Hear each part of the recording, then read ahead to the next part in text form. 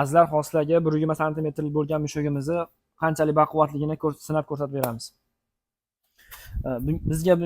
Bizga kerak bo'ladi kuvallada, hozirgi kuvallada urib ko'rsatib beramiz qanchalik baquvvatligini ko'rasizlar.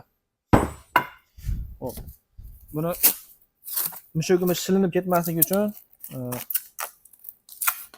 strech qilib olamiz.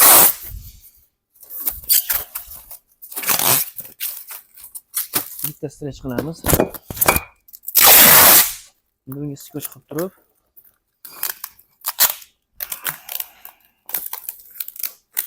ko'taramiz.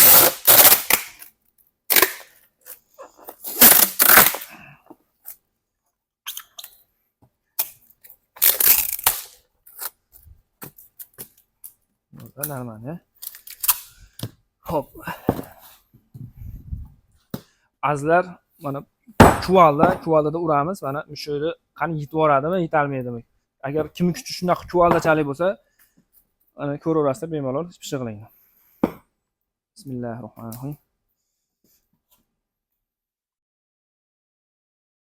Chiroq chiqadi. 40 tashlaveramiz endi nafasini. G'ishimiz butma-butun ko'rishlari mumkin. Butma-butun g'ish, yorug' g'ish qo'ymayapmiz. Butma-butun g'ish, mana butma-butun g'ishni qo'ydik. Ketdi.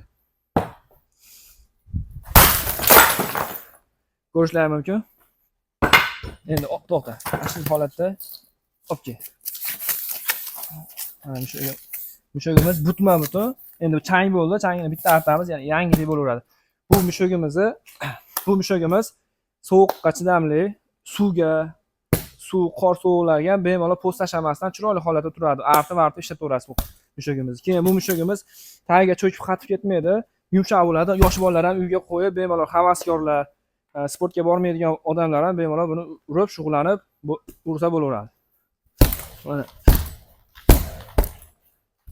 buni besperchatga ham urib bemalol shug'ullanaverasiz.